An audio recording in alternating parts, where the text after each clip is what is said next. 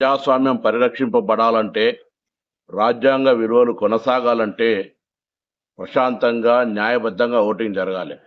కానీ ఎన్నికల కమిషన్‌ను తమ తాబేదారుగా మార్చుకొని భారతీయ జనతా పార్టీ దేశవ్యాప్తంగా తమకు వ్యతిరేకంగా ఓటు వేసే వాళ్ళను ఓటు తొలగించడం, ఓటు చోరీకి పాల్పడుతున్నటువంటి పరిస్థితిని దేశవ్యాప్తంగా రాహుల్ గాంధీ గారు చాలా స్పష్టంగా చెప్తా ఉన్నారు.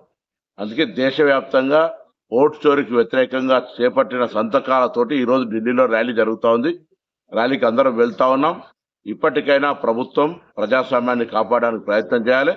ప్రజాస్వామిక వాదులంతా ఇటువంటి అప్రజాస్వామిక చర్యల్ని ఖండించాలని కోరుకుంటూ, ఓటు చోరీకి తెలంగాణ రాష్ట్రం నుంచి కూడా లక్షల సంతకాలను సేకరించి ఈరోజు ఢిల్లీ ఏఐసిసి ద్వారా మరి రాష్ట్రపతి గారికి అందజేయడం జరుగుతోంది.